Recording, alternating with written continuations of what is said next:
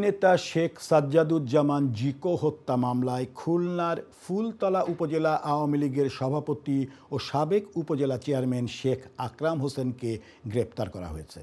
২০২২ সালের ২২শে অক্টোবর খুলনা মহানগরের প্রাণকেন্দ্র ডাক বাংলো মোড়ে বিএনপির বিভাগীয় সমাবেশে যোগ দিতে যাচ্ছিলেন ফুলতলা উপজেলা বিএনপির নেতাকর্মীরা।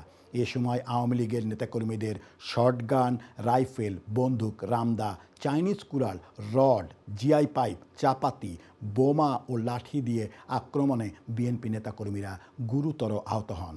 তাদের মধ্যে গুরুতর আহত শেখ সাজ্জাদুর রহমান জিকোকে ফার্মাসিতে ডাক্তার দেখিয়ে ওষুধ আনতে গেলে আওয়ামী লীগের নেতাকর্মীরা পিটিয়ে হত্যা করেন।